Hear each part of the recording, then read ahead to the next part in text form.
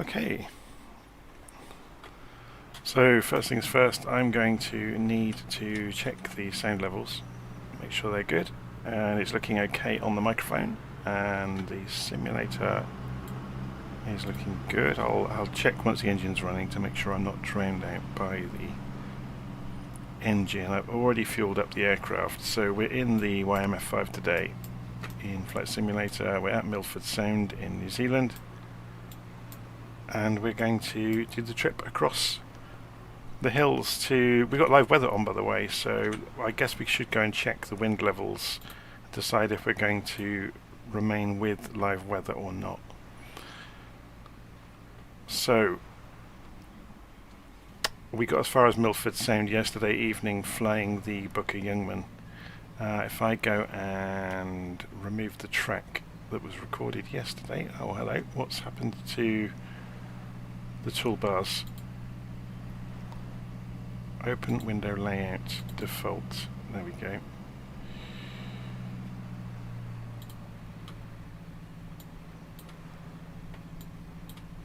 So we've got 7 knots wind, so we're wanting to take off runway 29 by the look of it, but it's blowing around by the look of it. It's let's see what the official METAR says. So yeah, 300 degrees, 5 knots. So just out of safety's sake, we'll fly out over Milford Sound to turn around, and then overfly the airfield on the way out down the valley. So we'll follow the usual kind of route out that you might take, weave our way through the hills, pick our way out towards Queenstown, then on to Alexandra, then Roxburgh Aerodrome, and over to Dunedin, so it should be good fun.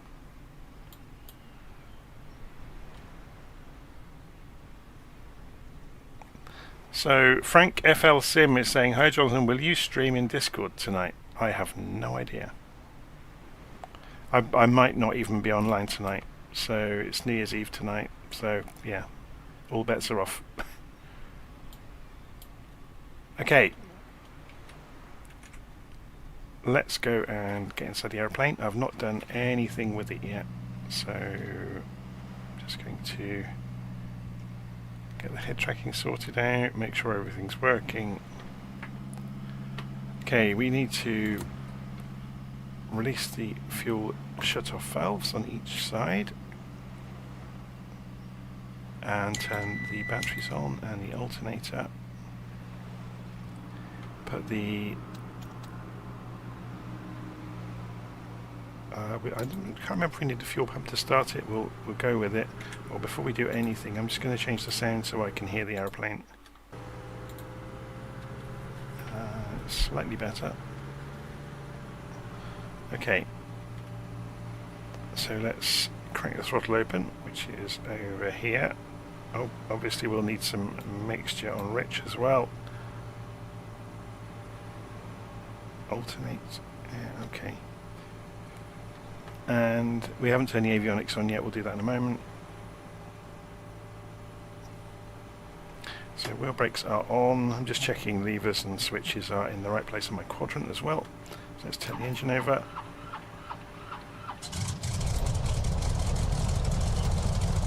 We have an engine.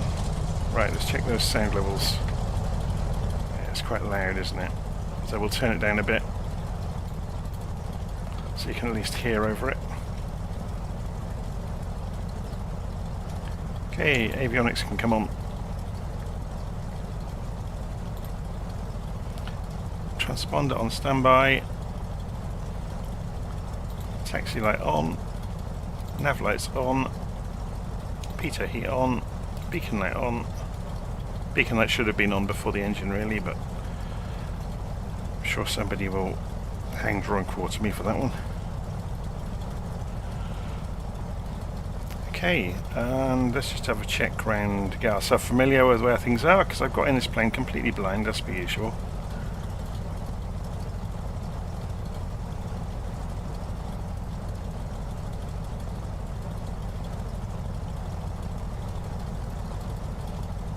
So Whiskey Compass is up underneath the wing. I'm just looking for, the fuel's over there, look. So that will descend down as we use the fuel. So, whereabouts are we on the airfield?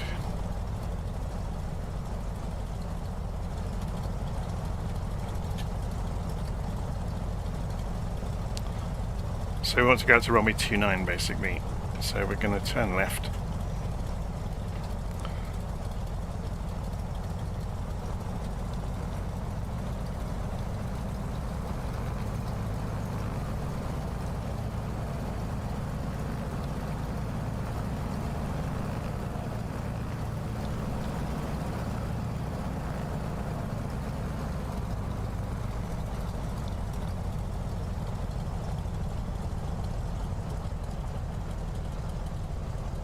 No, so that's how the van's going to go and do some donuts over in the corner of the car park. So we'll go via the taxiway. The snow wasn't here. Oh, I wasn't on live weather yesterday, was I? So it's a bit surprising to see snow here today.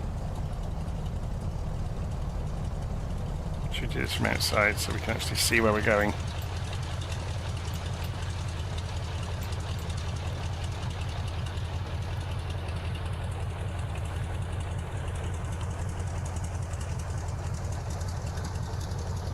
It's easier to steer from inside, to be honest. Obviously we can lean out the side each side.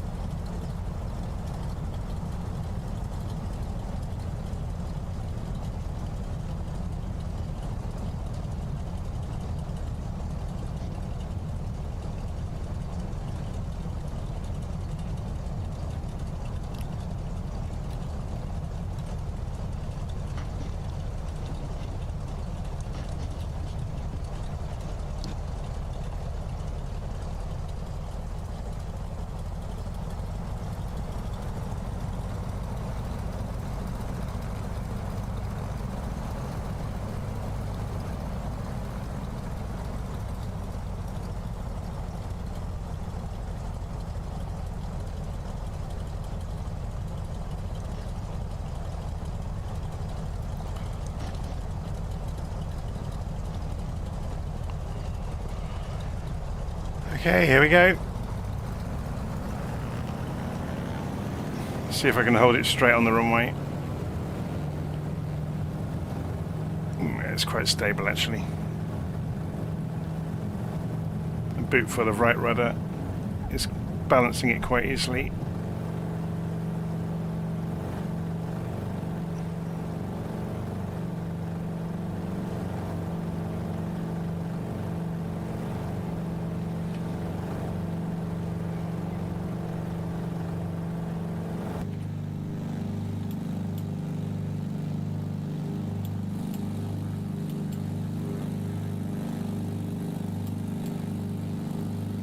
Hopefully we'll come out into the sunshine in a moment.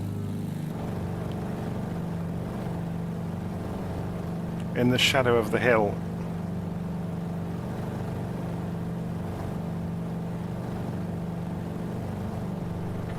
I'm not forward enough in the cockpit, am I? There we go, we're coming into the sun. Hurrah! Slowly. So let's turn back.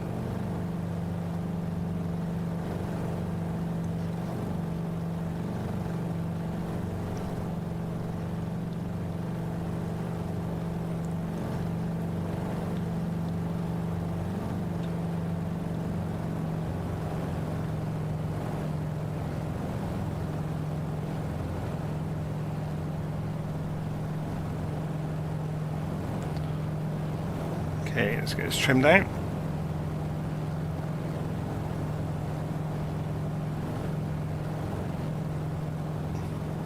It's looking good.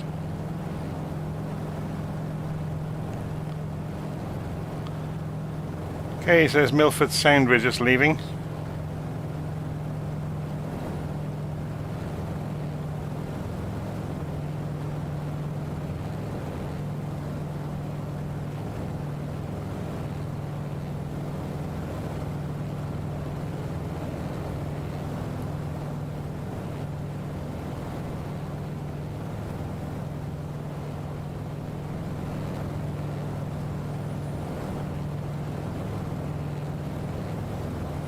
Going to have a look at the map, we can figure out where we are. So I'm just going to scoot around the edge of here and then follow the road basically.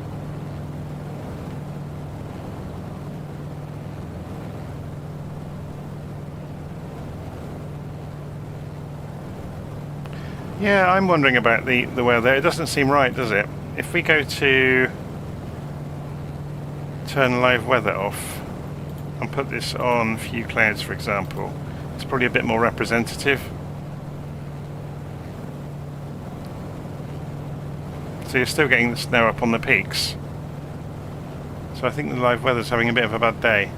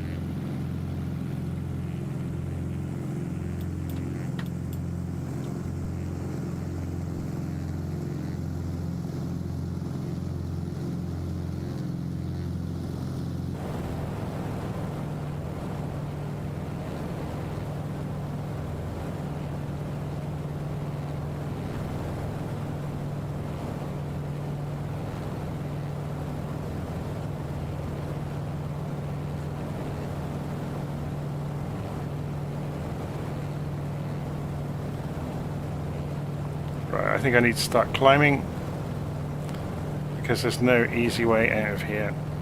We're going to need to clear this ridge.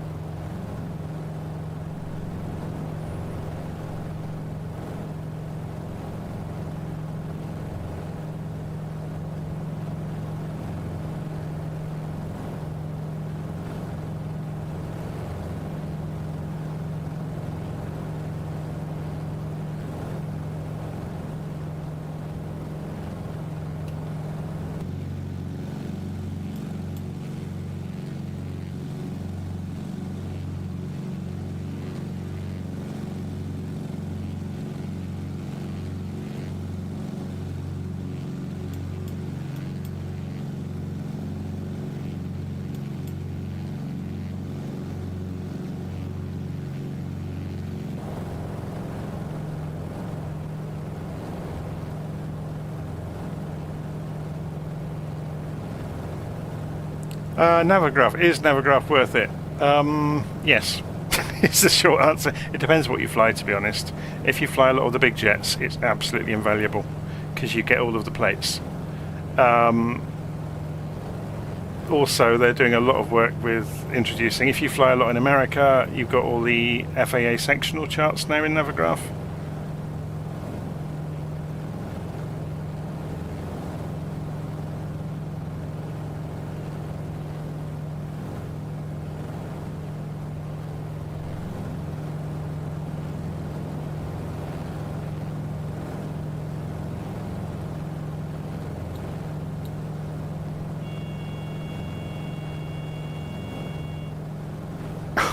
We just scraped it.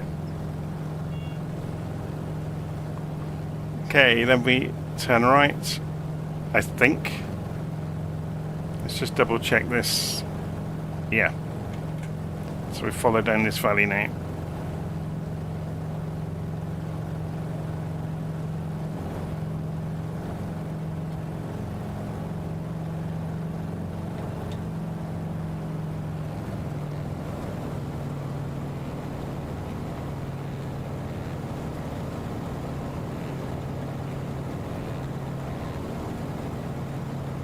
check the volumes, make sure that it's not drowning my voice out on the live stream.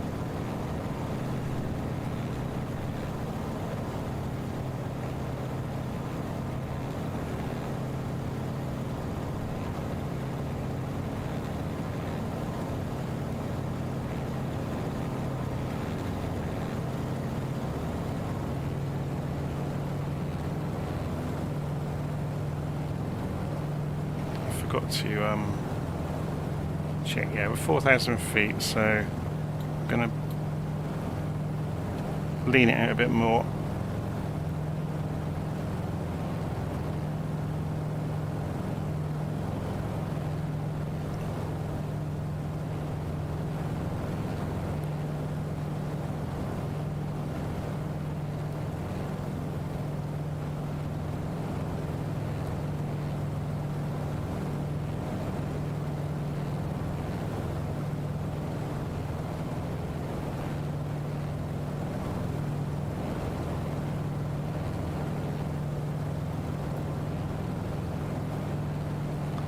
Double check the map.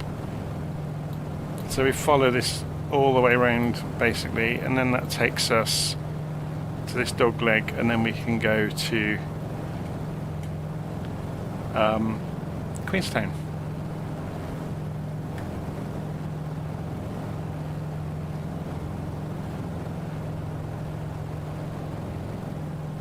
What's my favourite plane? Asked by Lemon VR 4 times in a row. I don't really have a favourite. I do like the Mad Dog, the MD-80 family. There's an 82, 83, isn't there? Purely because there's lots to do in it.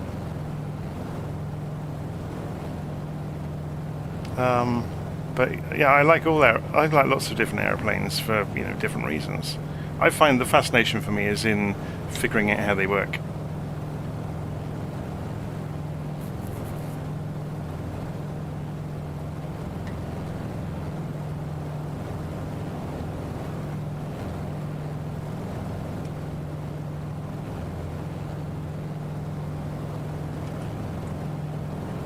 Okay, so we need to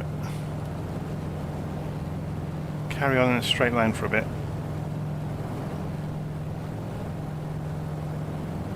So just looking at the map here, this first exit is the wrong one. We need to take the second valley on the right.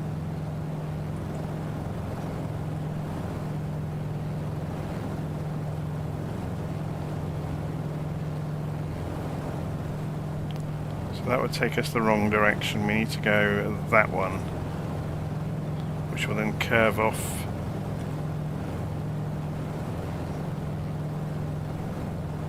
Yeah, so not this one. That goes the wrong way. If we take this one, it curves off around here and goes the direction we need to be going. So we can cut across the corner, now we know where we are.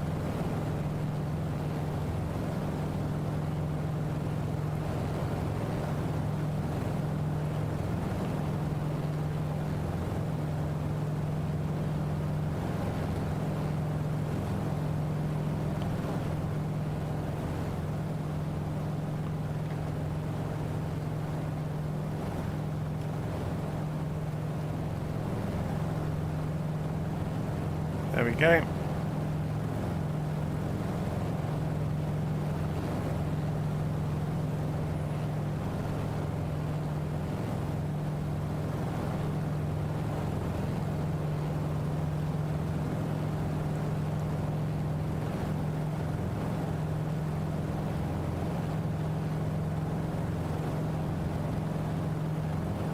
At least we have an attitude indicator in the YMF-5, hey?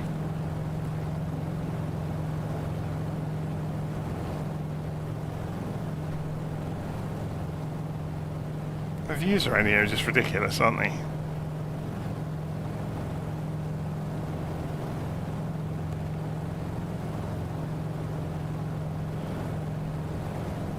The top of Lake Wakatipu, let's go and have a look. So just get this stable.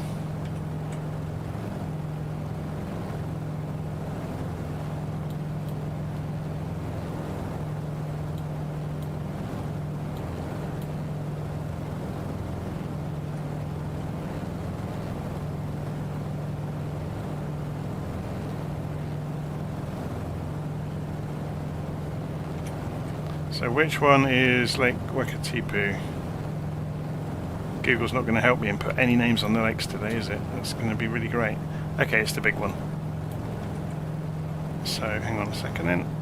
Let's have another look at the Glen Orkey NZGY. Let's go and have a look. Yeah, I've got it on the plan, so I am going to go over there. Just have to double back a little bit to get to it, unless we climb over the top of these hills, but I don't fancy trying that at the moment because they look a bit fierce. But I guess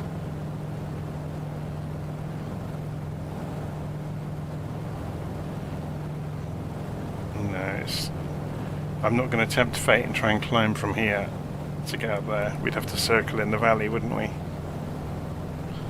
Oh, there goes the sun shining off the...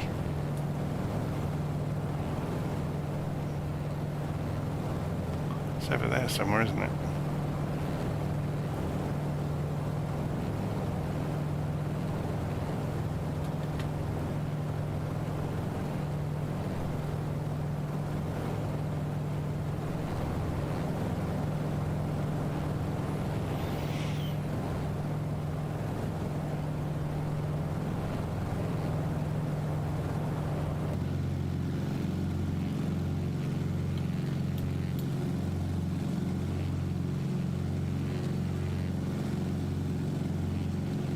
It's a lovely stable day.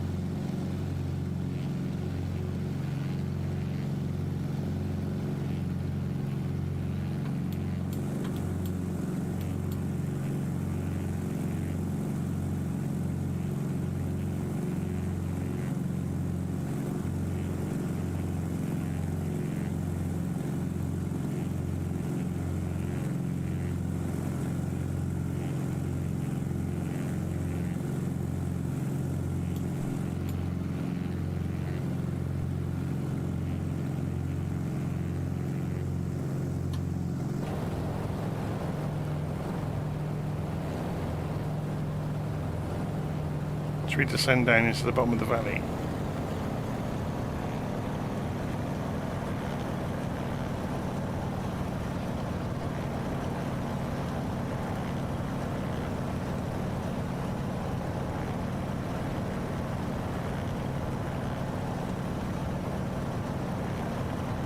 I'm just side slipping it in to come in quite steeply.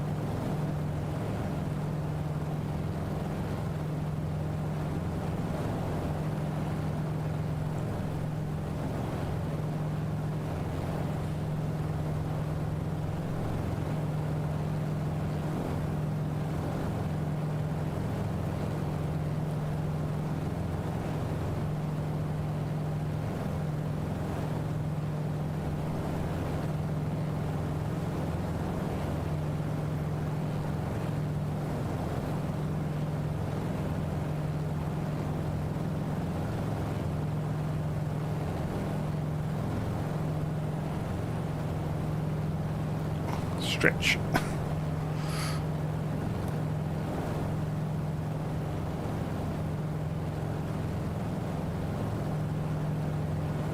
Okay, let's have a look at the map. So we're about to double back on ourselves at Tooth Peaks and come back out onto Lake Wakatipu. And then we'll head north a little way. So we're going to go left around this edge.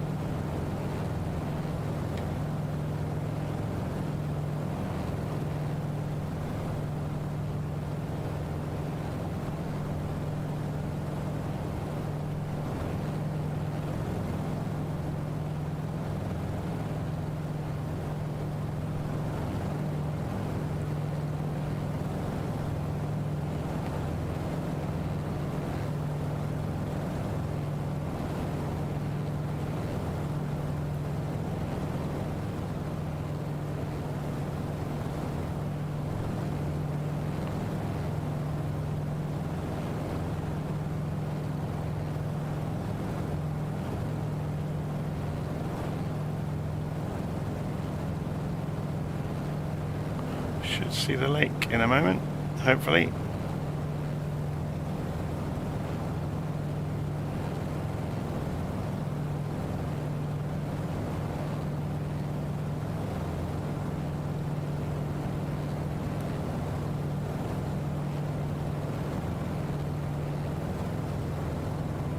We're starting to turn around towards north, looking at the Whiskey campus up there. Of course, we've also got the gyro one. I wonder if we need to align that. No, it's automatically aligned.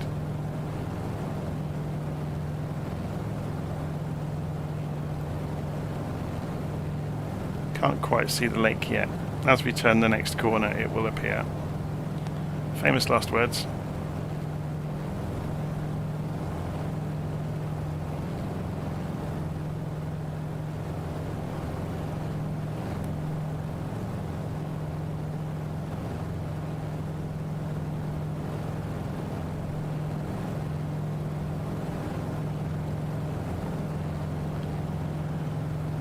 Okay.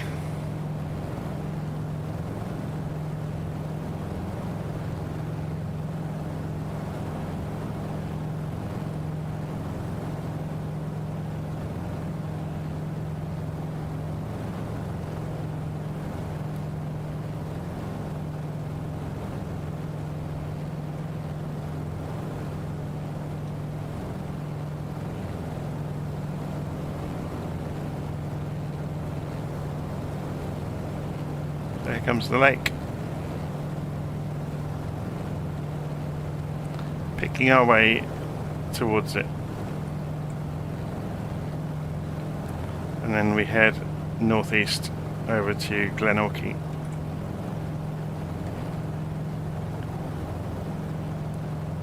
And figure out how we're going to do our approach. So do we have any wind? 4 knots from the west. So it'll be a crosswind anyway, so we can pretty much pick the best approach we want to use. It's not very fast wind anyway, so it won't affect us too much.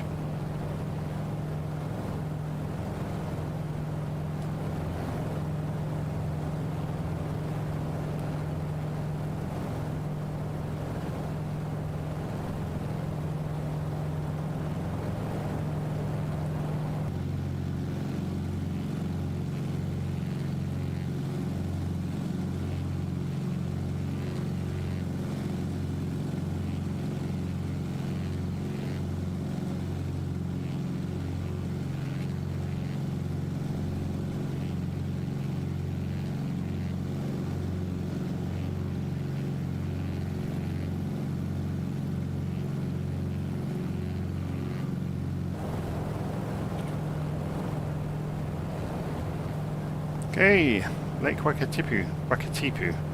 I'm not sure where the stresses should go on the letters, but I'll do my best.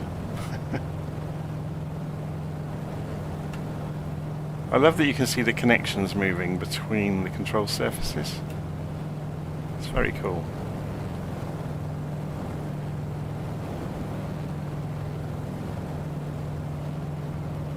So let's head over to the other side of the lake to Glenorchy.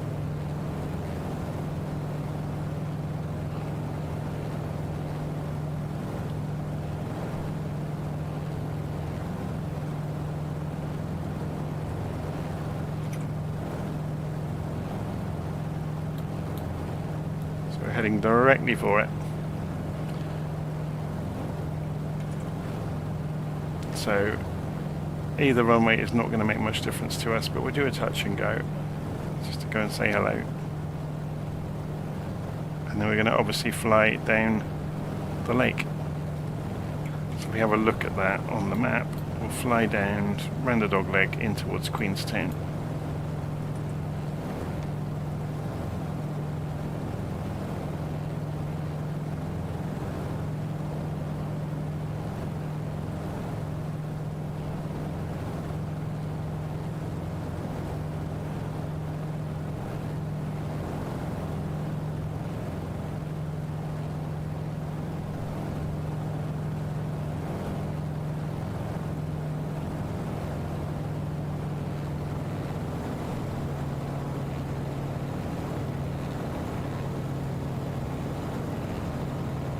So, can we see the airfield? Is this it here? Let's do a loop round over the shoreline. See if we can spot the airfield. I think this is it here. So if we do a left pattern in, then that takes us out in the right direction. In fact, if we extend down that way, we can fly over the town and have a look at it.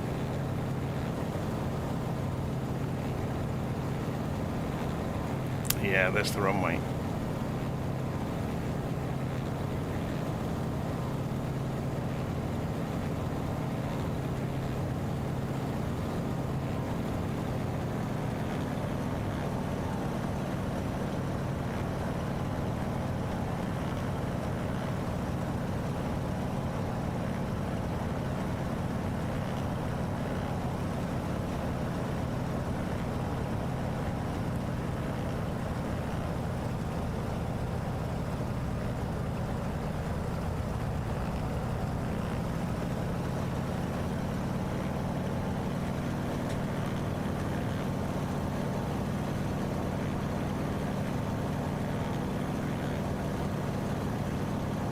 Just going to be a little bit nosy and fly over the top of the town and have a look around.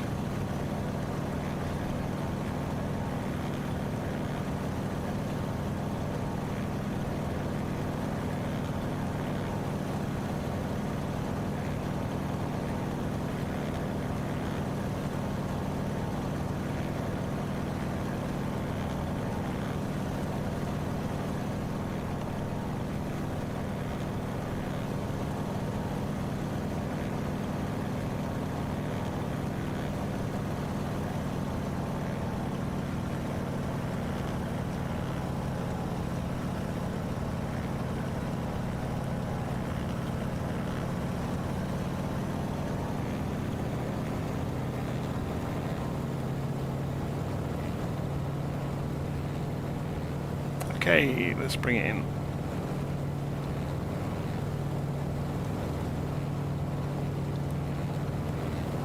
It's just occurred to me I haven't landed this aeroplane for months.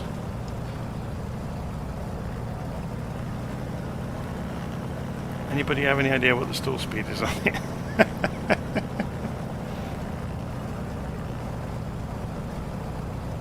The engine pickup is quite quick, so that should save us if we do get into trouble.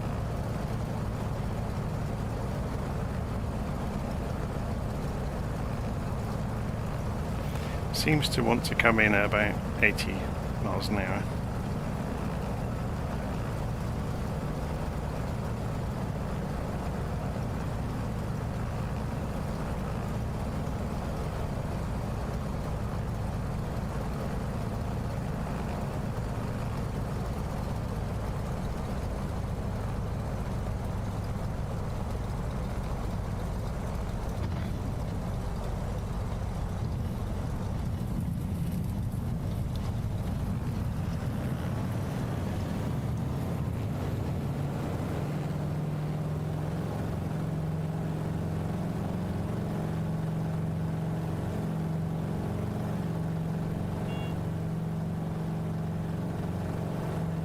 Let it get some speed up.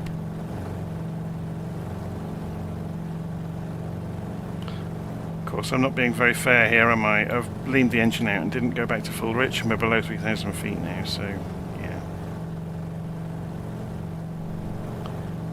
The engine had one arm or one hand tied behind its back for that, which was not really very fair. Okay, let's continue on down to Queenstown.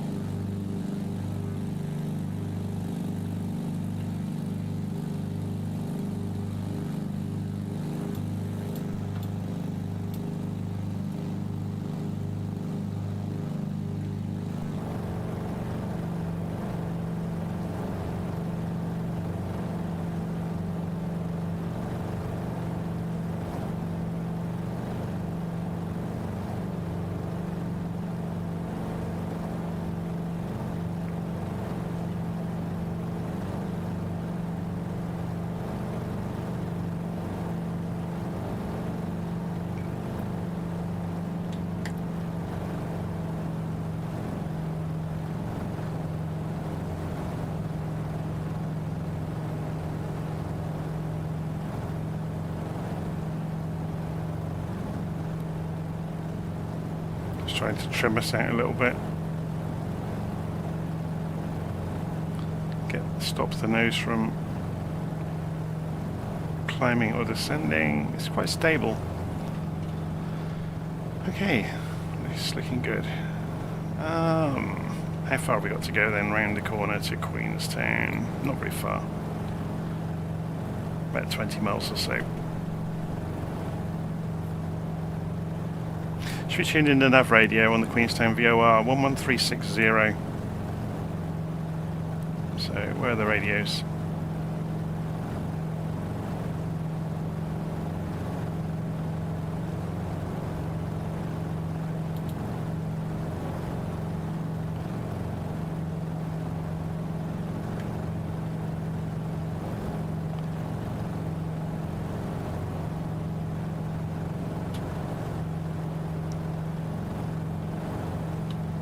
It's that way. Obviously when we turn the corner it will make a lot more sense. It's interesting this has a heading bug. Well, it hasn't got an autopilot, has it? So it's only for visual reference, I guess, if you're flying a heading. Of course, I haven't tried pressing the autopilot hotkeys to see if it has got an autopilot. Shall we try it? I'm going to press Z and see what happens. Nothing. Yeah, so it doesn't have a hidden autopilot either. You can hack autopilots into aeroplanes in Flight Simulator by altering their source code, their config files.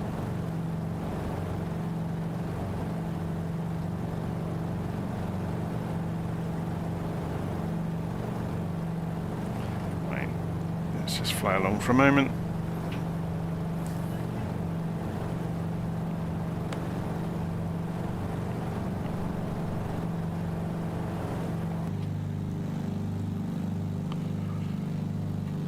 So if we put the head tracking back on, yeah, it's a very pretty aeroplane.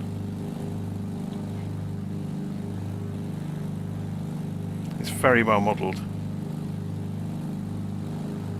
I will say having head tracking does make it a lot easier because I'm able to, you know, just look out the sides of the cockpit for approach, or just to, you know, to scan around. It makes things a lot easier in biplanes. Obviously I can sit up in my seat to see over the top of the screen as well. And obviously delve down into the cockpit. It's really nicely modelled inside. This is made by Coronado, the YMF-5. It's been around for a long time. It's one of their better aeroplanes. It's very stable. I would say it's maybe too stable, but only a real YMF-5 pilot could tell you that. But Coronado aeroplanes tend to err towards, how would we put it, accessibility rather than realism.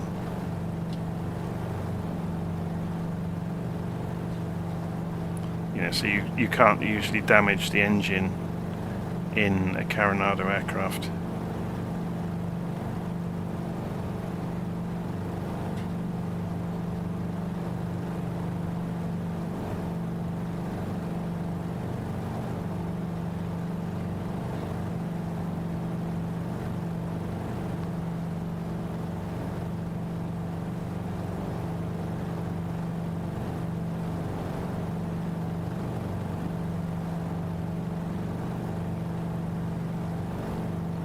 Okay, coming up to the bend in the river, or the lake.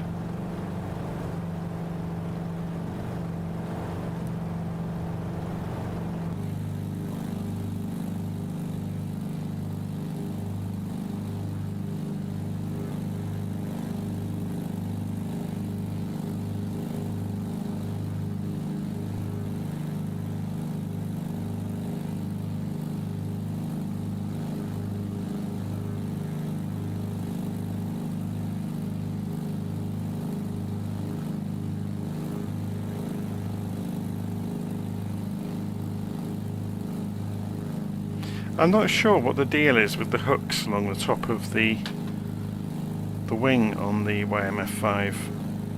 Whether it was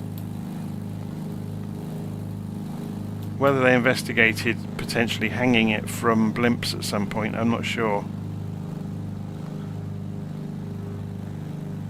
It may be a completely different purpose though, than than what you might imagine. Okay, so we're making the turn.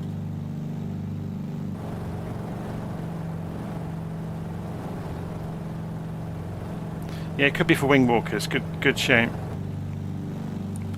That makes a lot of sense. A lot, because you'd expect these to be a lot more heavily made if this was going to be hung from anything. So yeah, that makes sense, having wing walkers, having tie-down points for them, basically, for them to strap themselves to.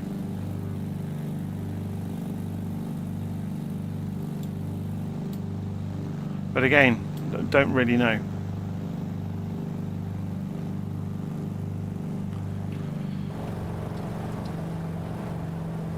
Okay, so what are the name of some of these villages? So this is Mount Crichton. Crichton, I imagine. It's just over here.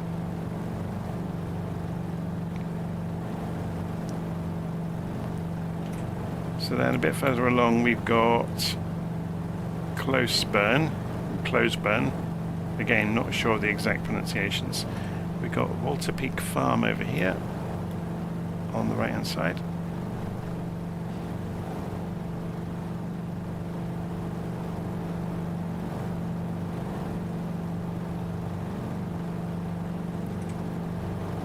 Then Ben Lomond, Queenstown, obviously, and then Queenstown Airfield a little bit further on. There's a crazy departure from here. I don't know if you've ever seen it. How stable are we? I've got a few moments, haven't I? If you fly the big jets, show procedures for Queenstown. I can never remember which one it is. Yeah, here's one of them, look. It's like a yo-yo. There's another one that comes around here. There's some really fascinating. So these are standard instrument departures. These are ways to leave the airfield. Now here we go. Look at that one. They're great, aren't they? Anyway, we're flying towards the hillside while we're busy doing that.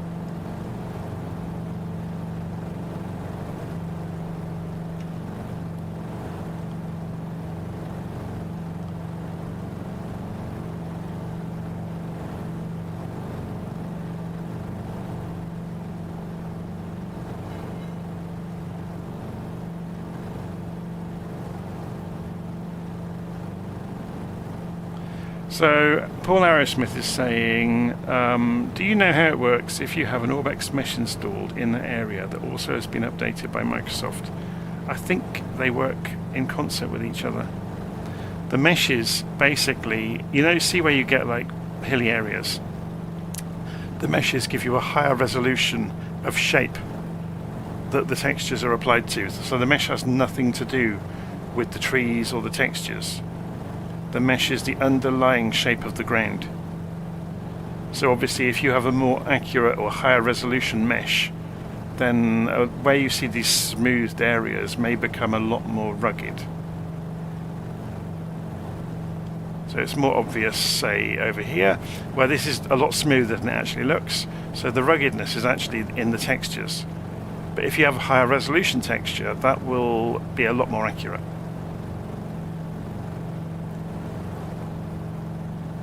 Okay, we're just coming up to Queenstown.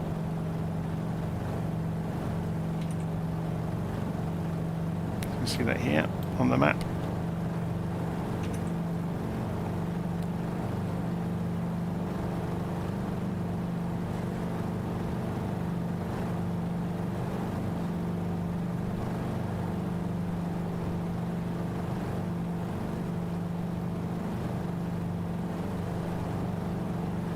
Yeah, so someone there, so Paul is saying, he's got the Himalaya one. The high resolution meshes will make a world of difference. I haven't bothered with them myself.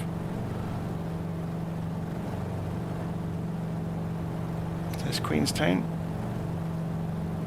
Should we loop around over the top of Queenstown and have a look at it? Wave hello to everybody. because this is photogrammetry, isn't it, of Queenstown, so these buildings are absolutely accurate to the real place. Obviously the closer you get to photogrammetry it starts to fall to pieces, but it's still good to see it.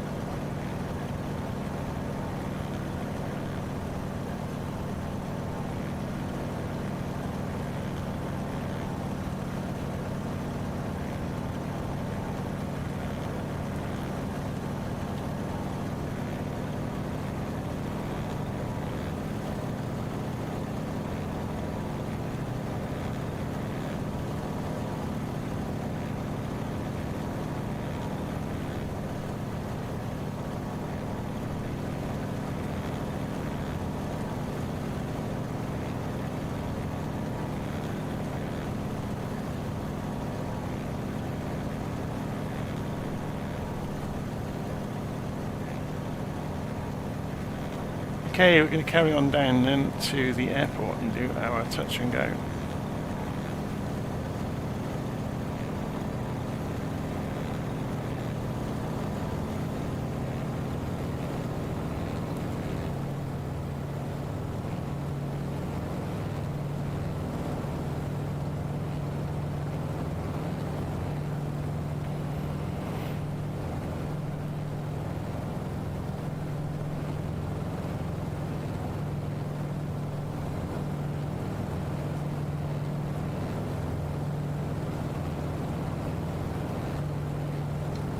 So which way is the wind at Queenstown today? Coming in from the lake end then.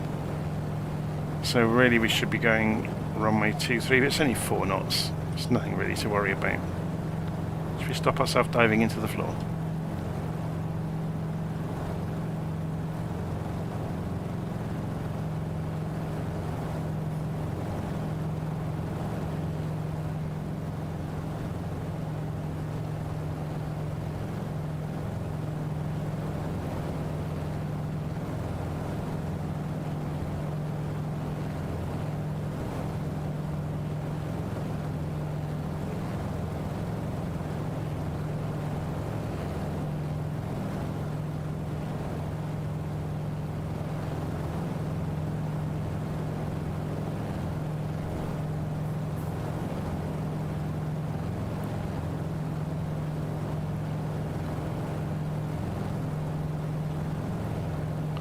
Okay, there's the main runway.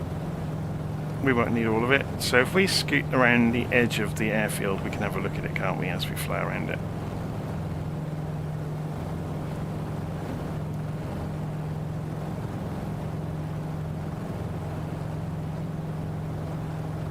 It's quite a big airfield.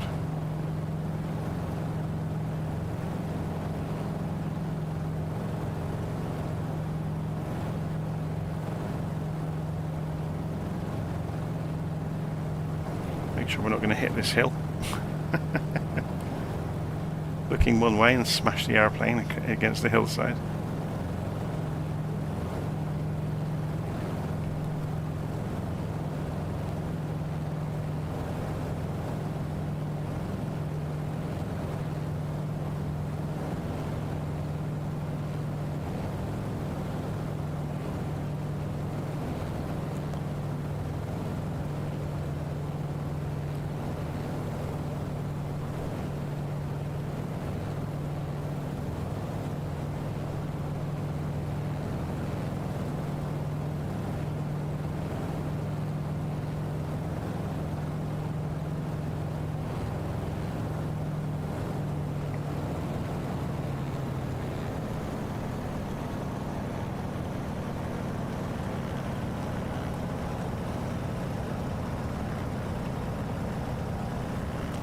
Pretty huge car parks, aren't there?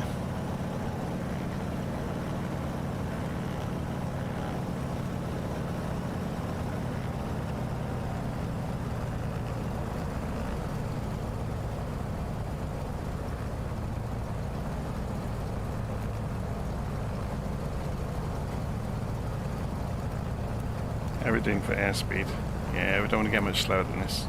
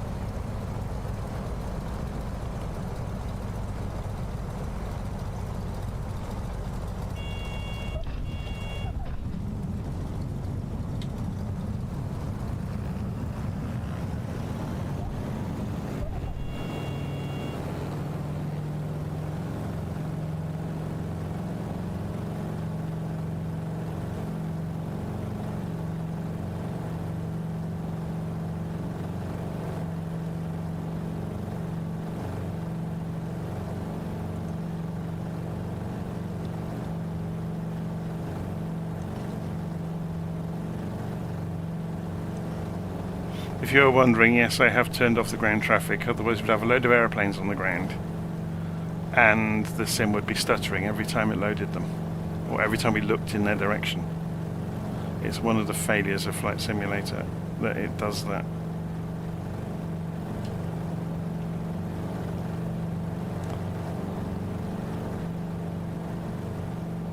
That's the default airport for Queenstown. It was updated, it was given special attention, I think they call it, as part of the New Zealand World Update.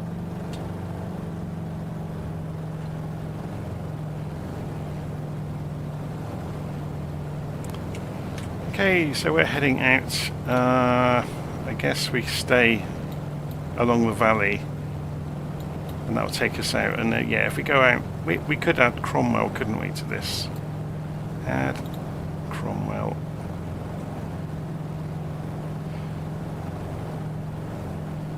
It's on the way.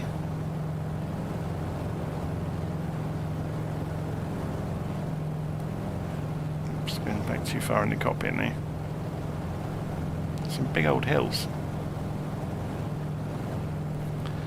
So, is this still Queenstown? No, Lake Hayes.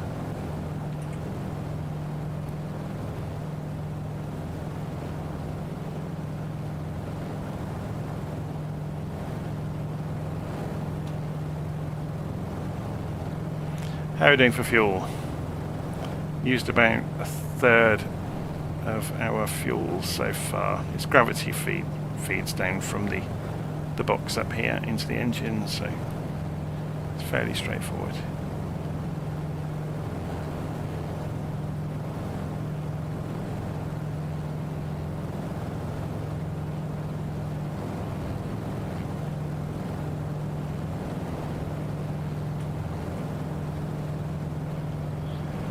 Kawarau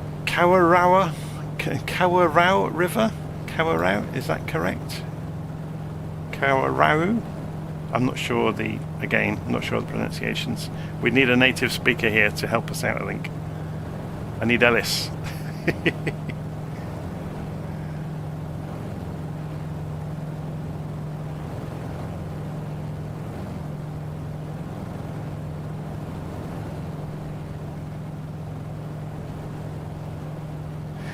So, Paul's asking, is this the WACO YMF-5? Yes, it is. There's the badge.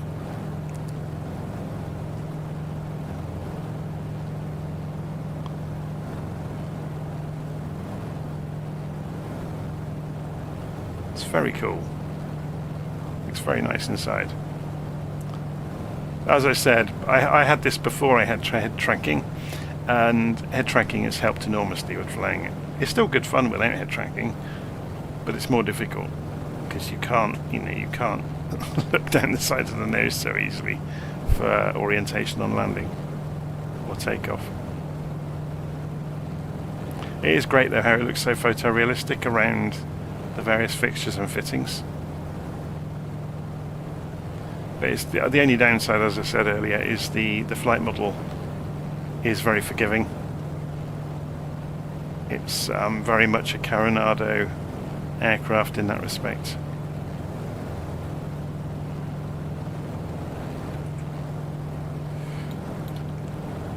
Okay, so we'll come down here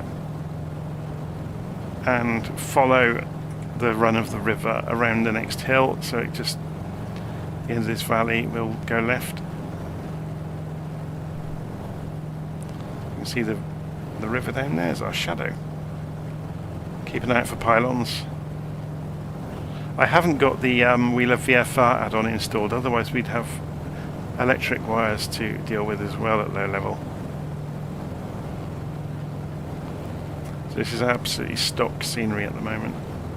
Nothing special included at all.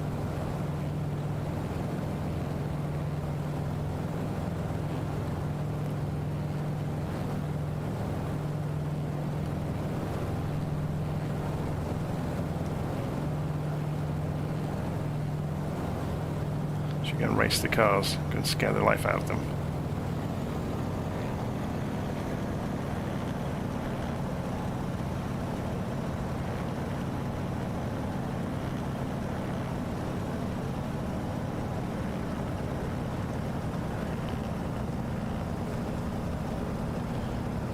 They're breaking the speed limit.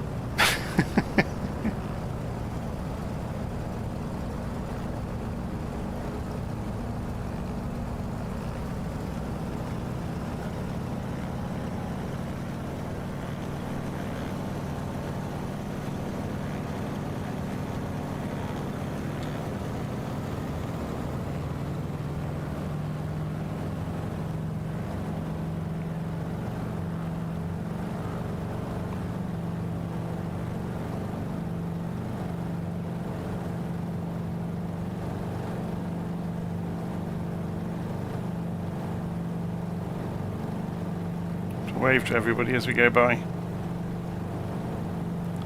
So they're doing at least 110 miles an hour. I hadn't thought about that before, to check how fast the cars are actually travelling.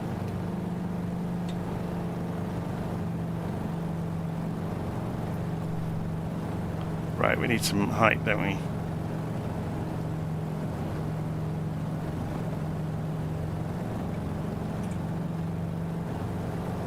Or maybe not, we might be able to stay fairly low, but you get a better view from a little bit of altitude.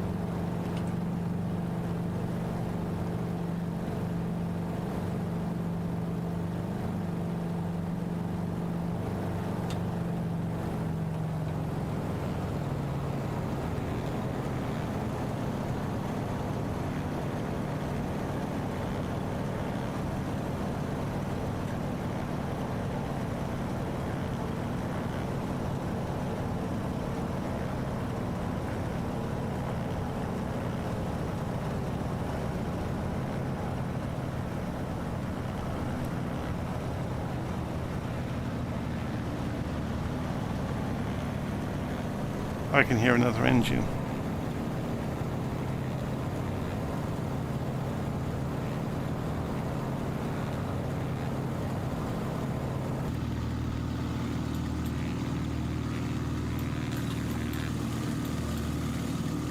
Yep, there it is.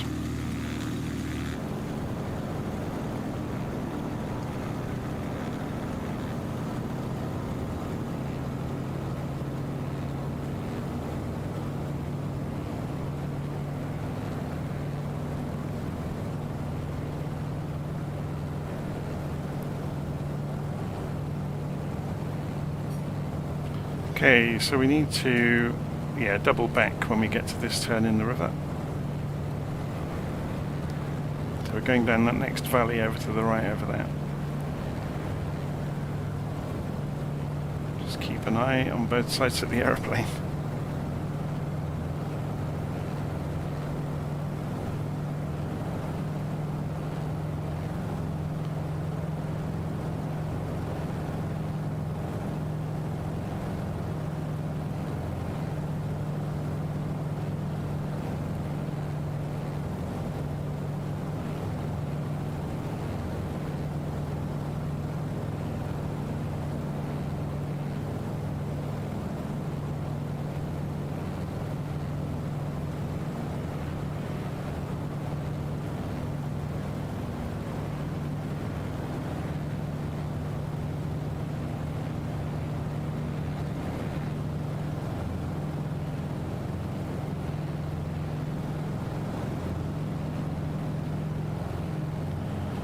Okay, so this should take us out pretty much on top of the next airfield we're visiting. Cromwell Racecourse Aerodrome. Just to the left as we exit the hills.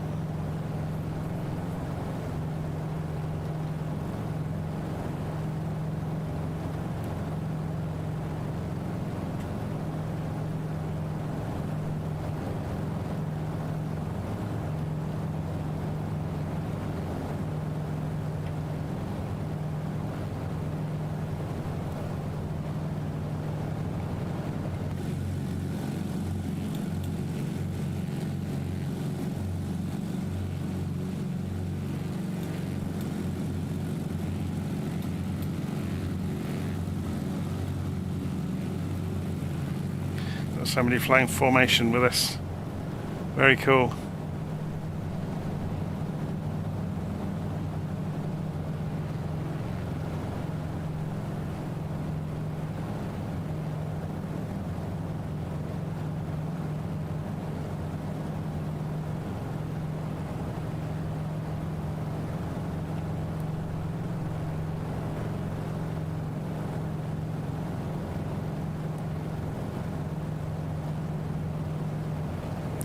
Okay, let's see where the airfield is.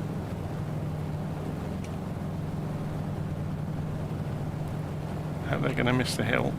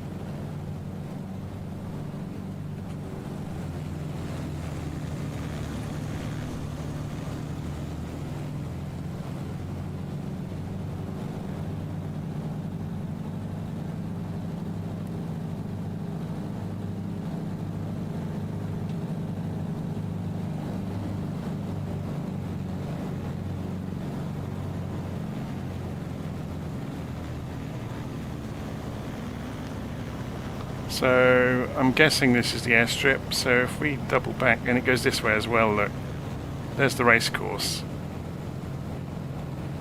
So if I double back and come in along this strip that's facing towards us, that will make more sense, I guess.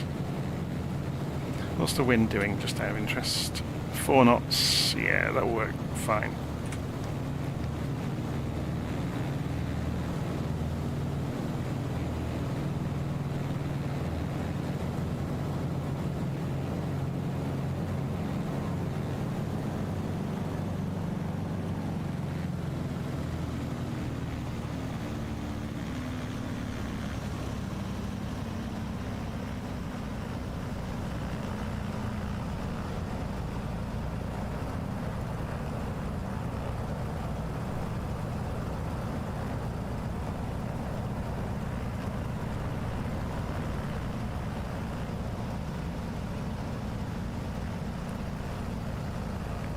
Speed.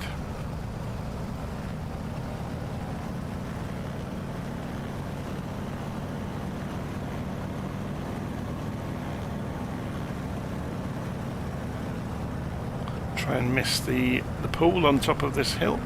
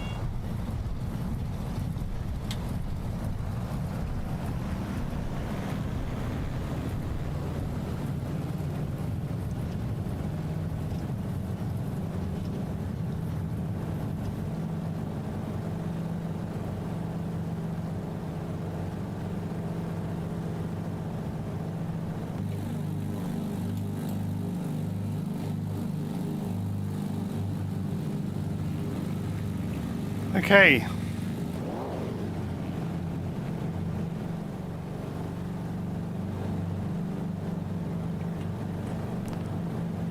Next leg.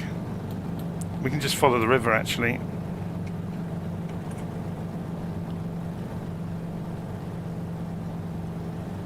So we double back slightly or go over the top of this hill to shortcut it. Drop down into the river and follow it.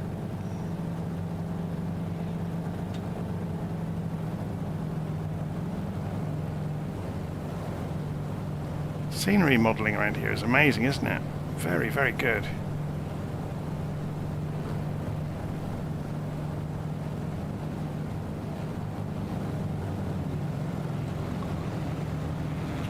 Let's just turn head tracking off for a moment while I look at the live stream comments.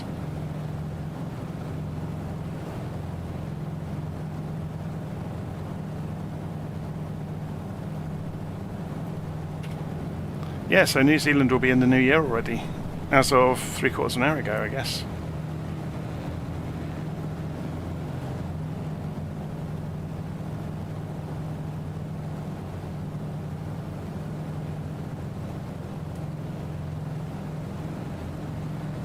I'm not sure, actually, no, are they plus 11? I can never remember.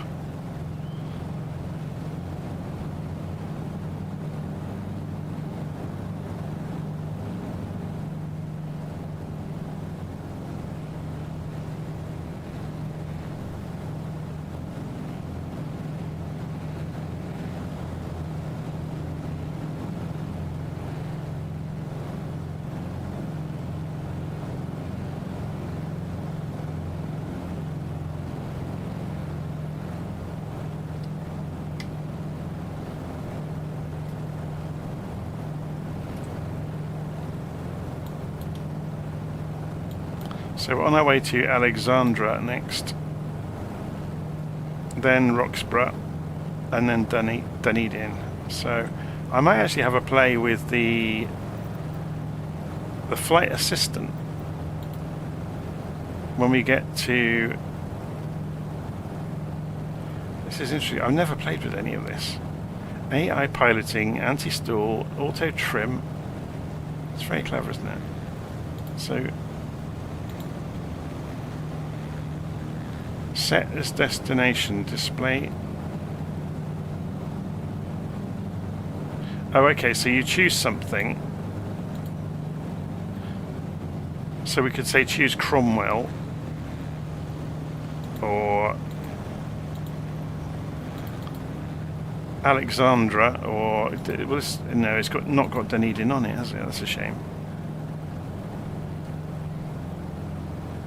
I wonder if it will when we're a bit closer.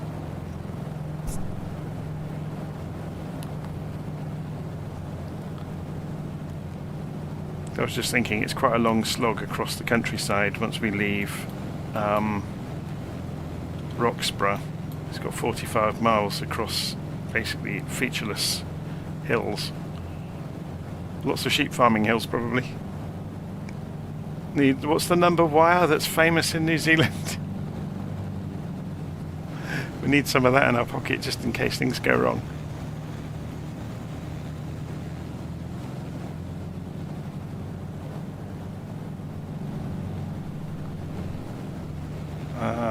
Where's the other airplane? There it is. Turning my head around like an owl here.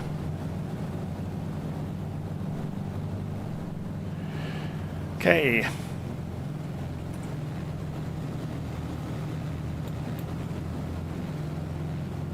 Coming around towards Alexandra, so it's pretty much the direction we're going, but obviously it's obscured by the hill at the moment.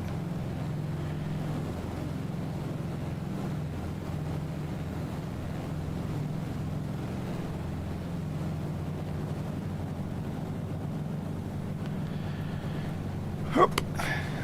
Just getting comfortable.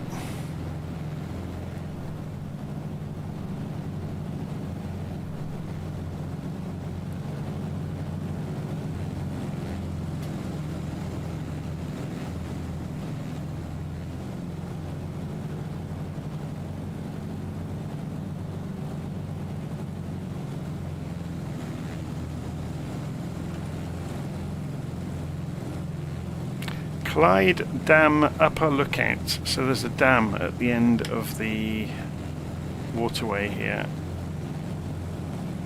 Worth having a look at, see if it's been modelled.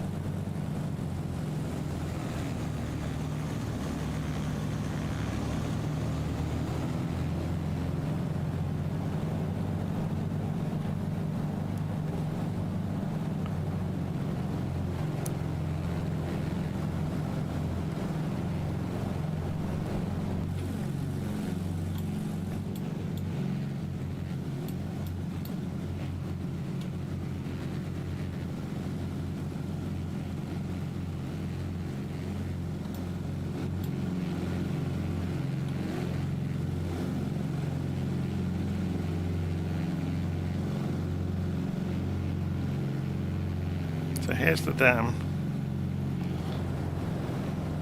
So it looks like it has been modelled, doesn't it? There's a neat line there, so as we pass over it we should be able to look down and see the dam modelled. So if we stay to one side of it,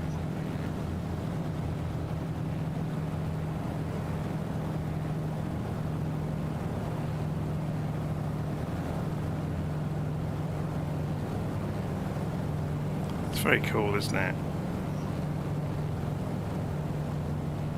Yeah, so it's got the textures. This is where you can see a good example here, look, of where the mesh isn't high enough resolution. So normally they'd put 3D assets in to cover up for that, but they haven't.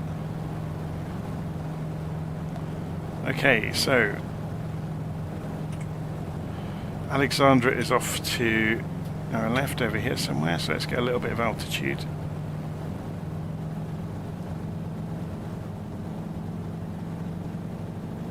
I think it's on the plateau. I seem to remember being here before. It's up here.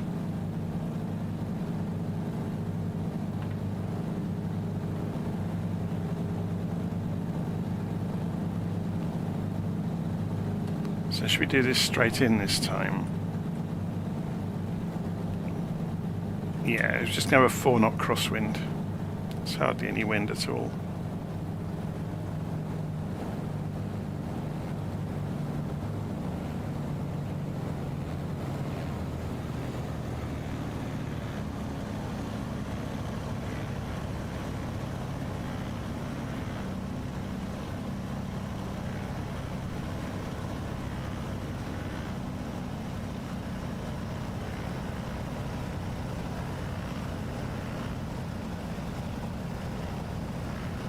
The racetrack down there. They like their racing this part of the world, don't they?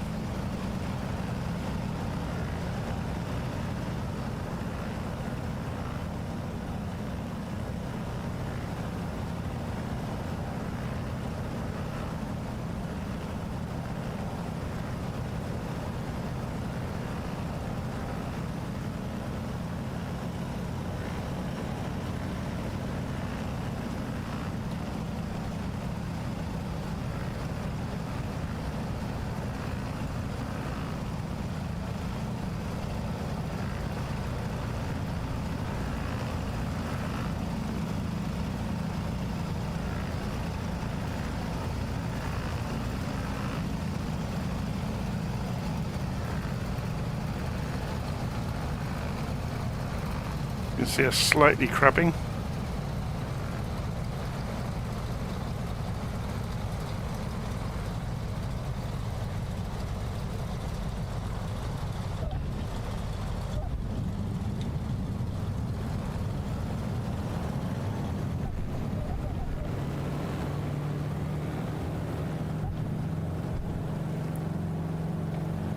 Just stayed on the runway.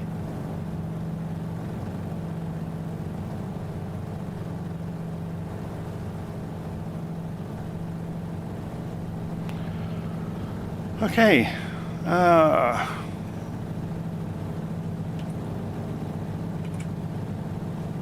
let's just trim this back out until it gets some airspeed back.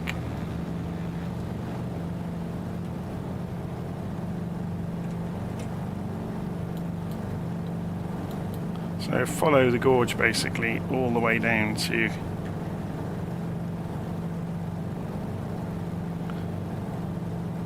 the next adventure.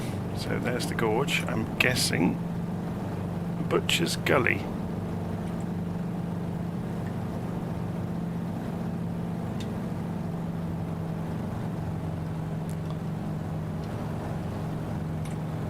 So this is Alexandra that we're just passing over.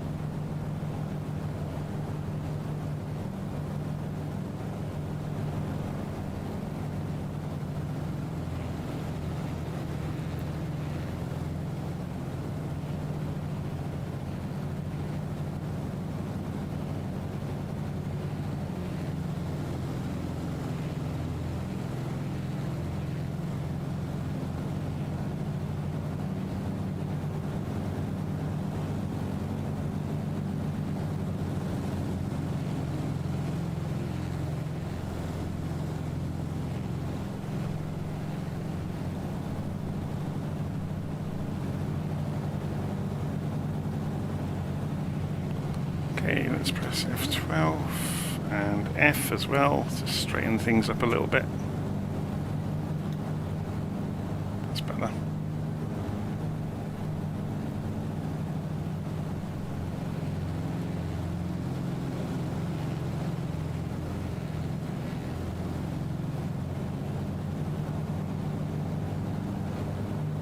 See, this is the sort of place where the mesh would make a difference. This is nowhere near as defined as it actually looks. A lot of this is fooling your eye by using the textures.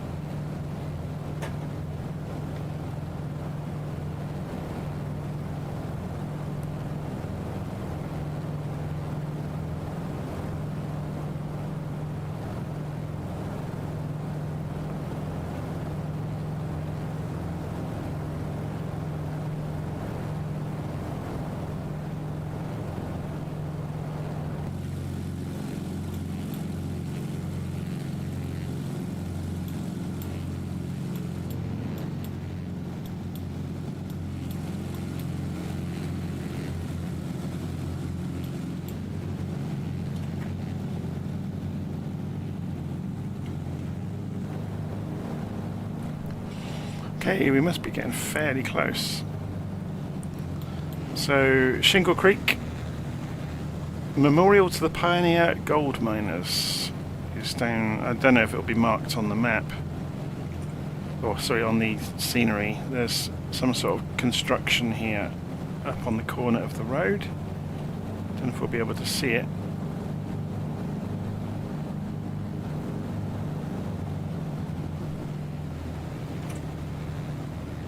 Should we go and have a nosy, see if we can find it?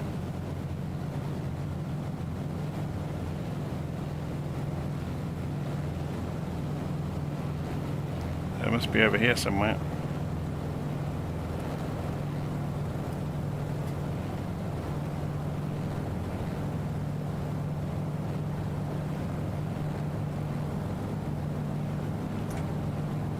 So it's to the left side of the creek. Yeah, so it's going to be here somewhere.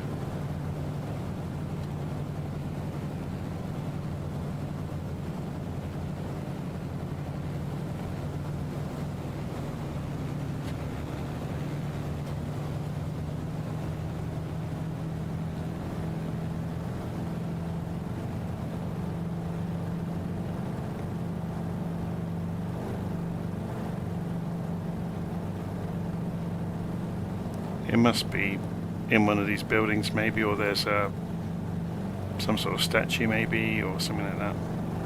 Who knows? Okay, back to the creek.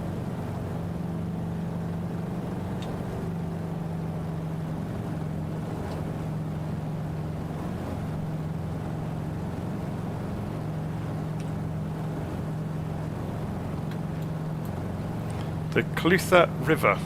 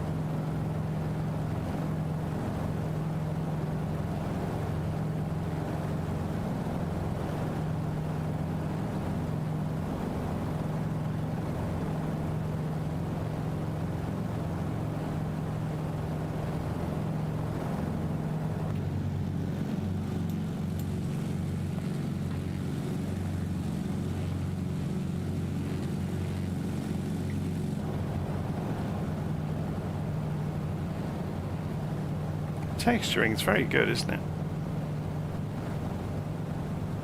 Very, very good.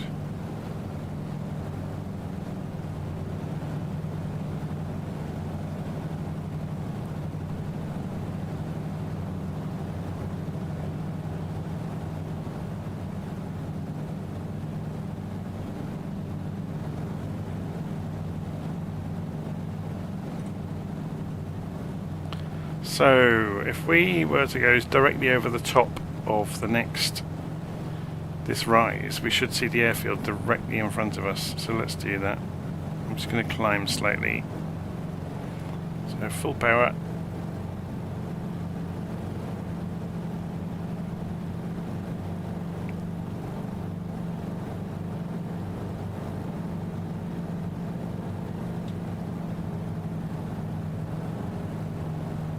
Can we see a beacon flashing out there anywhere?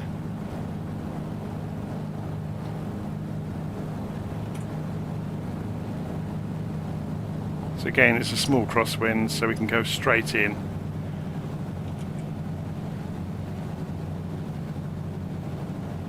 If we can spot the airfield.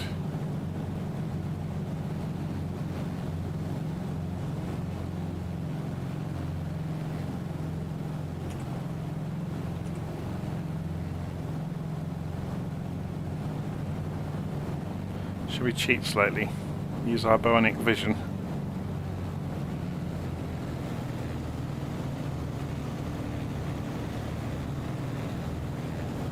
I can't see anything obvious down there. Well, not yet.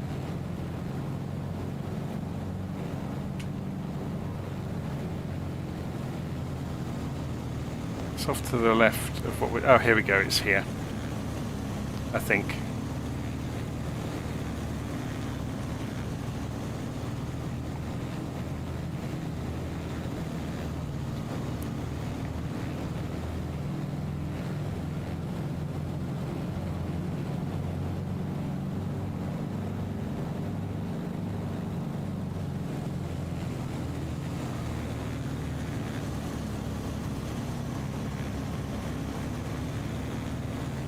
Alongside the road. Does that match what it says on the...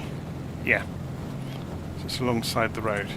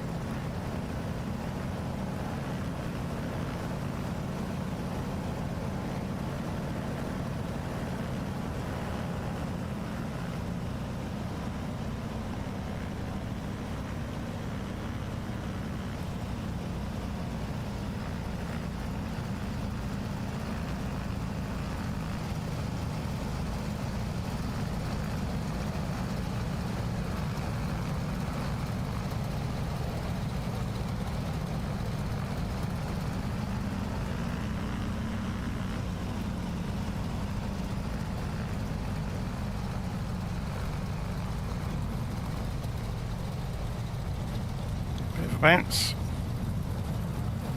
So full throttle. Use the building to maintain attitude. There we go, and we're up. Okay, so now it's the long leg over to Dunedin. So I'm 99 degrees magnetic, so let's just straight line it.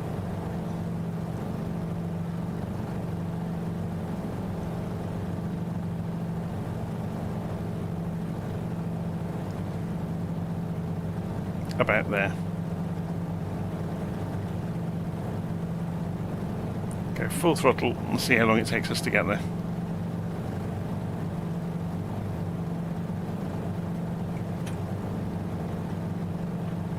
It's still going to take a long time at 45 nautical miles. If we can do... In fact, let's climb up to the cloud base, shall we? Obviously it's going to take a while to climb up, but then we'll get a bit more speed out of the aeroplane in the thinner air, potentially. So we'll see how we go on. So just coming up through 2,000 feet.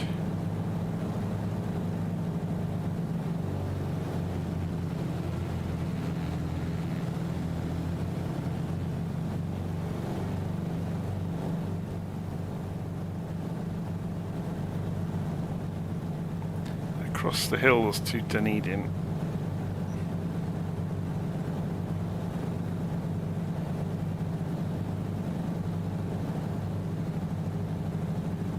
It's 3,000 feet. Let's start leaning out the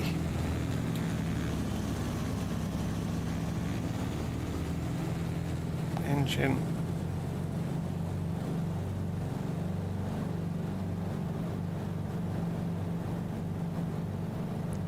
Still climbing at 1,000 feet a minute. That's impressive, isn't it?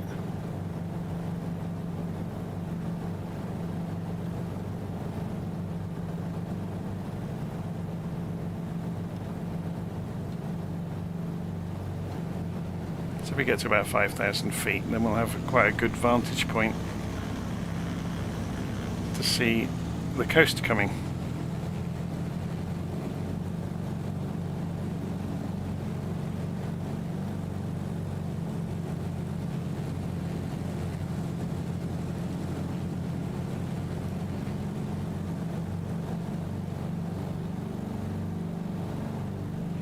I'm just watching this very closely to see if it's still rolling. Trying to trim the ailerons. Yeah, it's still rolling just.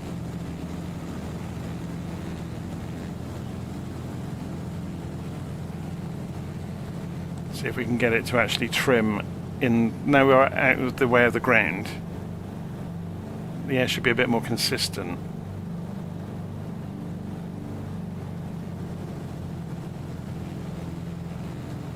Coming up to 5,000 feet.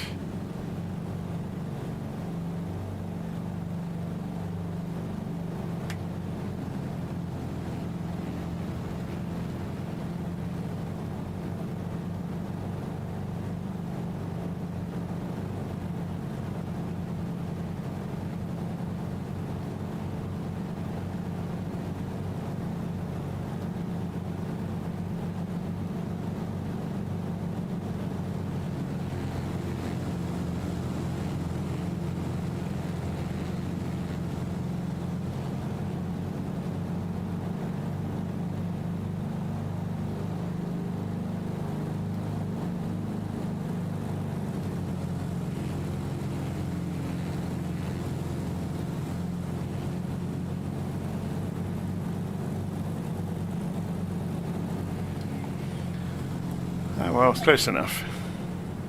Let's have a look from outside.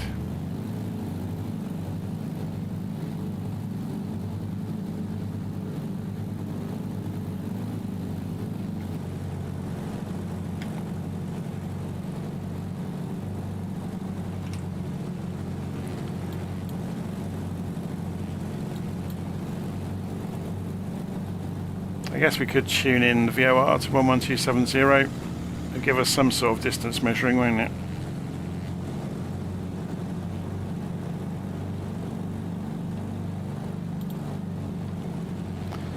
Except we have no distance measuring. Oh, we do. It's down here. 43 miles to the VOR. Obviously, we're not going that far though.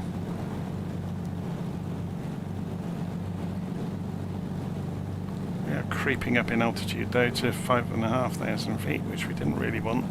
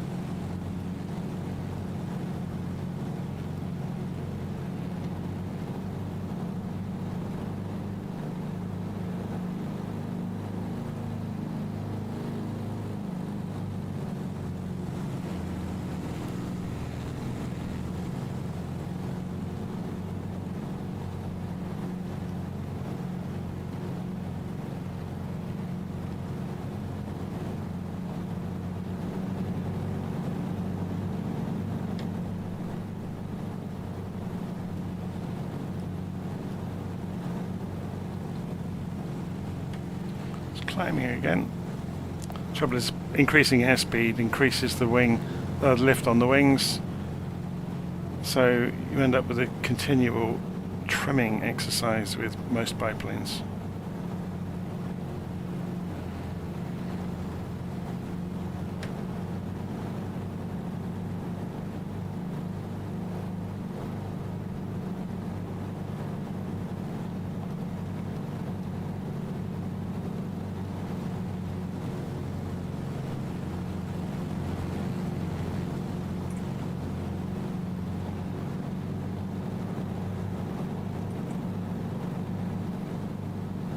I'm going to say, if we look out over the right wing, we'll see Beaumont in the distance, but we won't because there's a great big cloud in the way.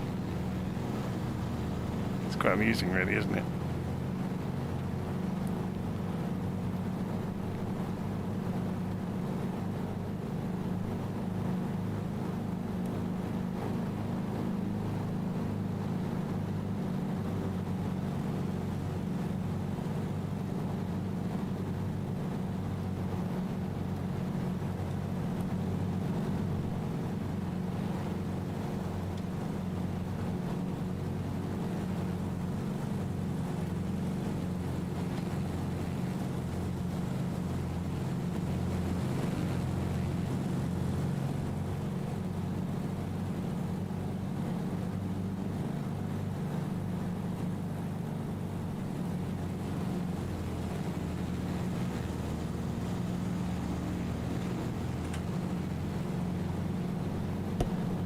Okay, we're nearly there. 20 miles, 25 miles out from Dunedin. Ugh.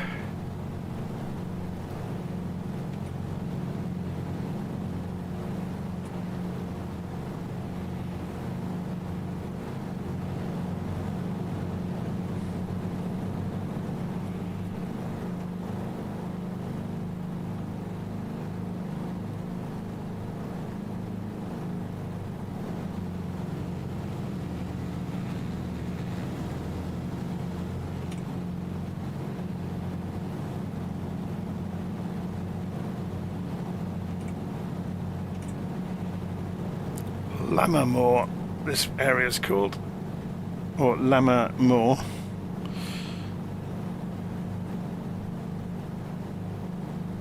It's huge, isn't it, this area?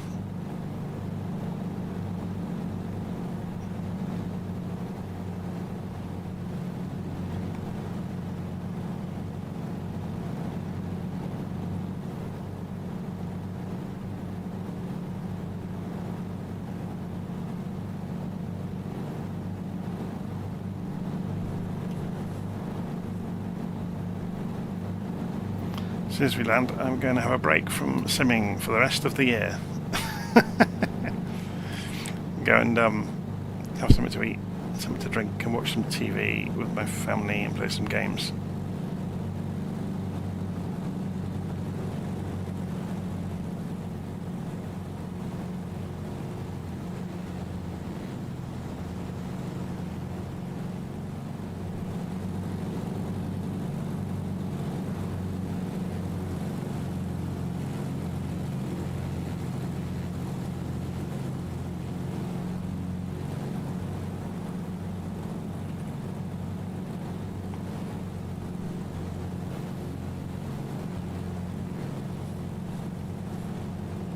So Dunedin is a huge airfield, 6,000 feet long. It's, yeah, plenty of room for a little biplane to land in.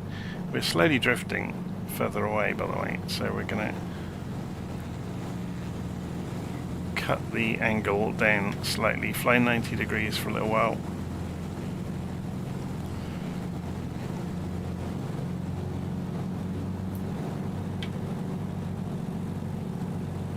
This land continues on and on like this, doesn't it?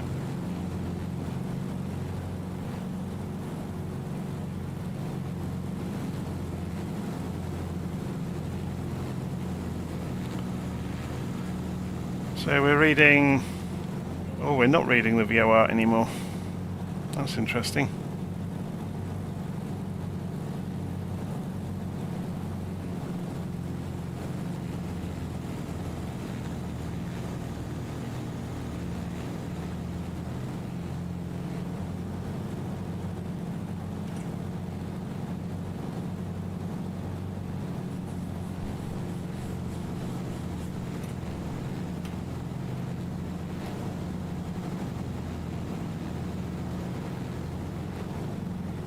Some windmills coming up.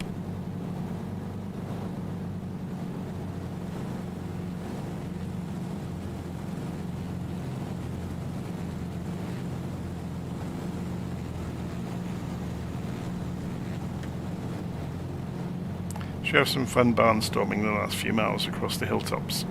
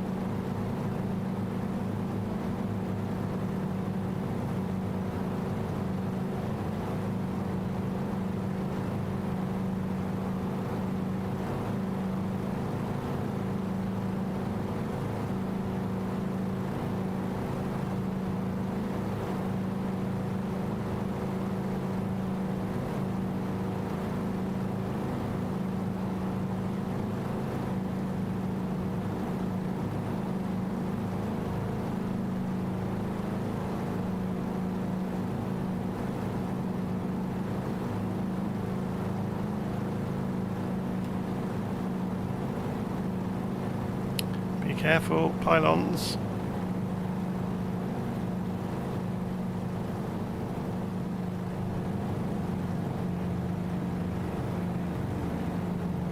Let's have a look at the map. Yeah, we need to turn right, go to the right side of that hill, basically.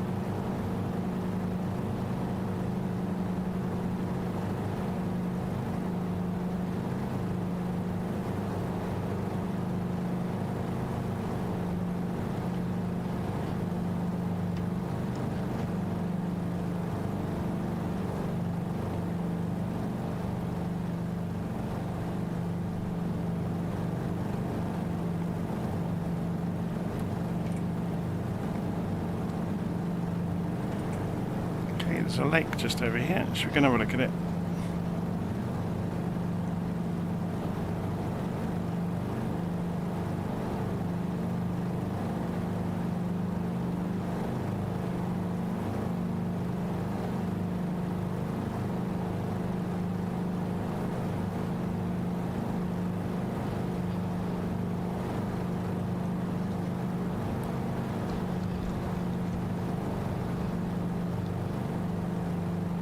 Unexpectedly tall tree in our way.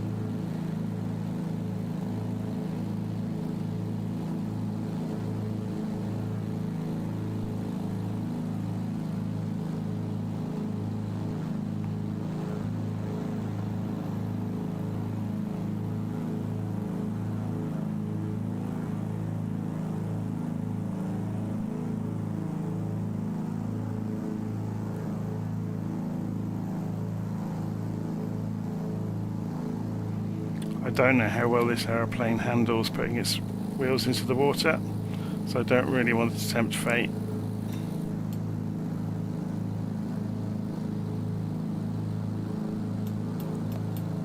Well, we're going flat out though, so we should be able to get away with it. Just before we... Can we do it before we get to the... No, I'm not going to attempt it. I don't know how easily it will nose over.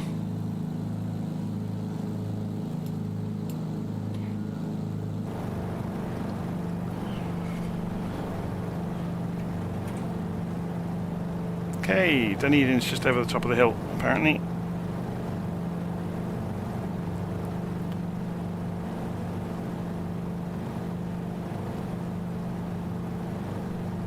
This is the Coronado YMF-5, yes.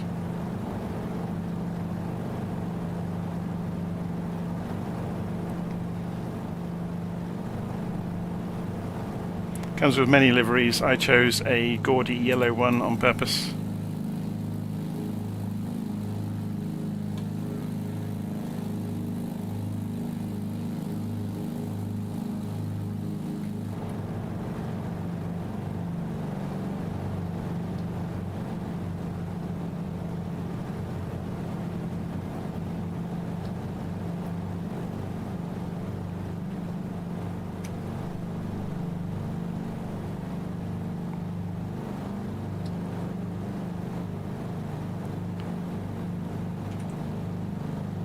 We haven't done any aerobatics in it, have we? Been chugging along and not done anything really. Should we Now we're within sight of Dunedin. Try it out.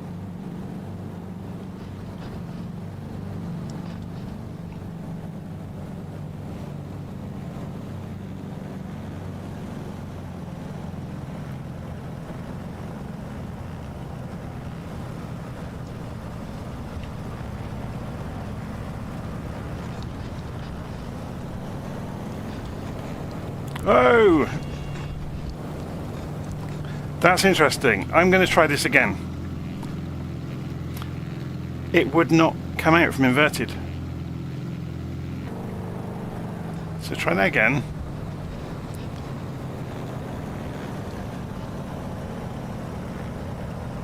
So what's happened? Look at the power. We're losing the engine. This is something the other airplane we tried last night didn't do. And you can't roll it back out easily. If you get below 80 knots, you can't roll it out. Let it get some speed up again. This is me going into test pilot mode, I'm afraid. So yeah, look at that. It won't come back out. It wouldn't even go into it that time. There's a hole in the flight model.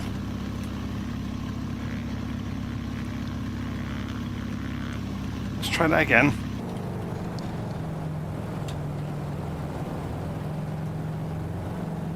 We're on fully rich. So if you roll it straight through, you're okay. Except look at that. That was with rudder and elevator. If you do it and hold it there, as long as your speed stays up, you're okay. If you lose your speed, you're dead. Because you lose roll. It's done it there, look. We've got to 90 knots, I can't get back out. I can roll right, but not left. So that's interesting. Okay, let's see which way we're going.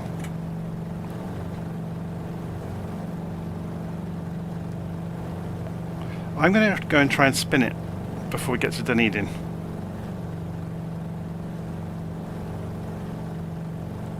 So yeah, obviously I understand that without the thrust over the surfaces, going to lose authority. But look at that though. But the thrust is going to be inboard, not where the ailerons are.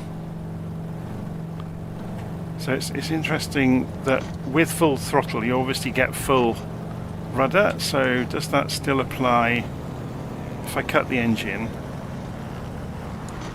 I've lost a fair amount of rudder authority.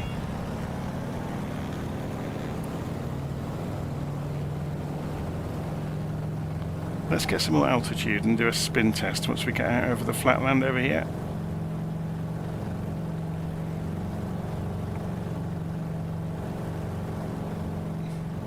So our nice gentle flight has turned into a destructive test flight. Kept it interesting, didn't it? Okay, so I'll wait till we get a bit further away from the hills so we've got more altitude beneath us to try this. Getting out of this cloud might be a good idea as well.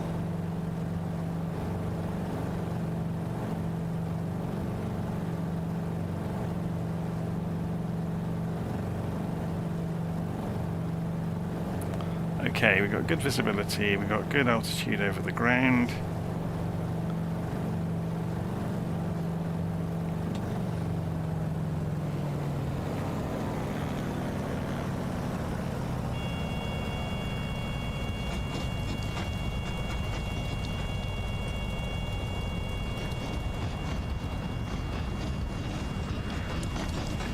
Oh, it spins. Excellent. Look at that. So dump the nose, full throttle, and it won't come out.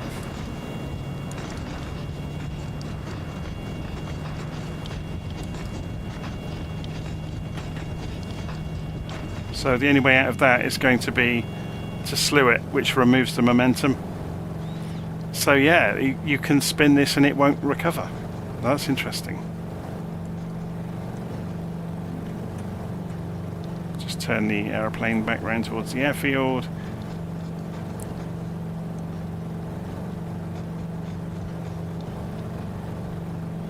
So you can do, this is one of the first planes I've seen where you can do unrecoverable spins.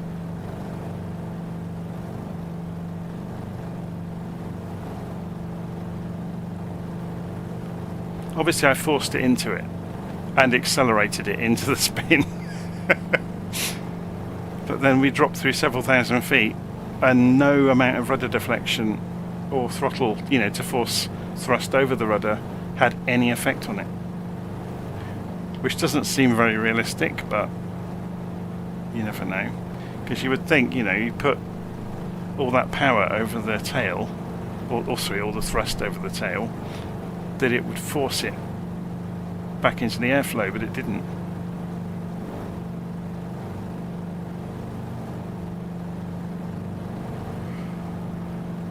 Okay, we'll stop messing around now. We're going to come in runway 21.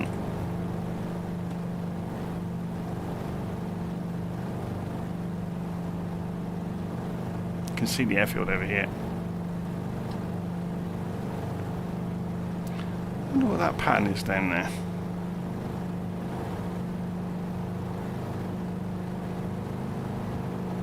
Very strange.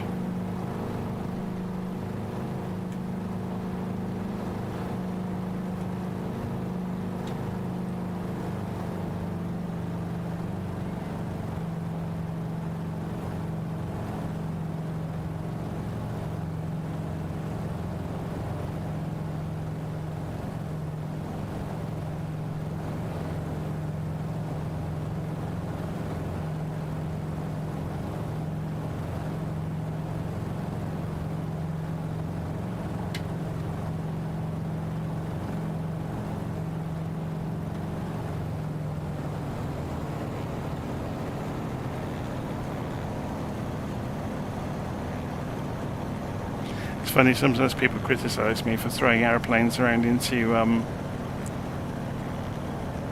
dangerous realms of their flight envelope just to try things out and saying, oh, you'd never do that in the real world, but it's a simulator. That's half the point of a simulator, is to allow you to do that and to find out.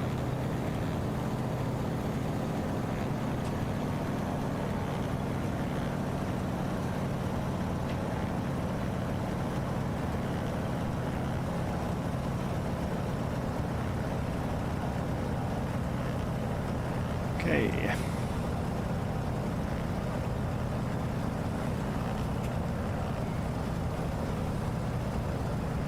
It's a huge runway here. We're going to need about a fifth of it.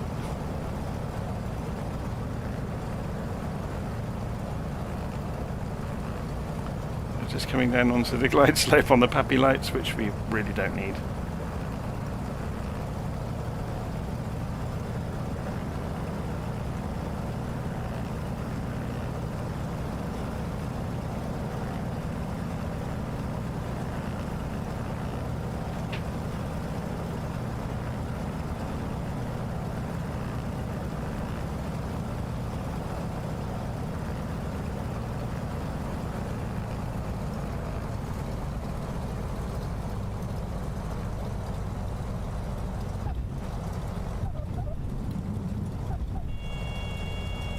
Oh, it took back off again at about 10 knots.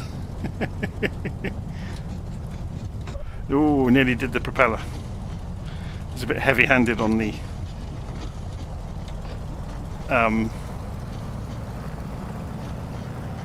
tail wheel.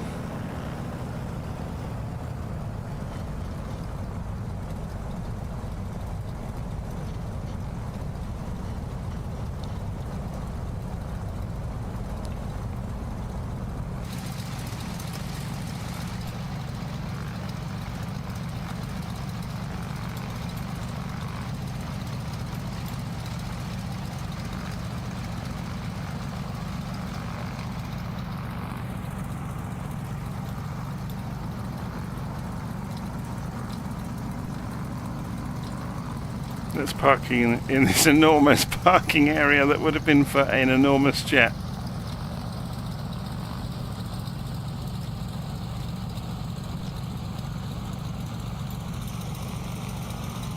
Brilliant. Okay.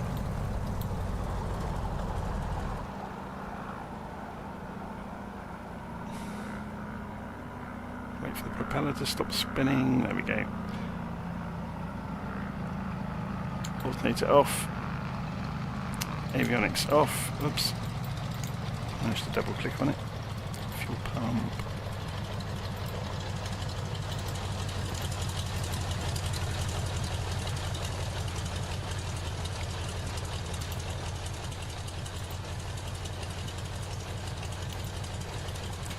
There we go.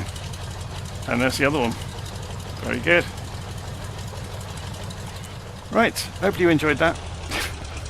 Despite the craziness towards the end.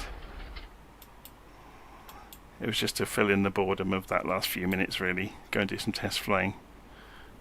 And smash up a few YMF-5s.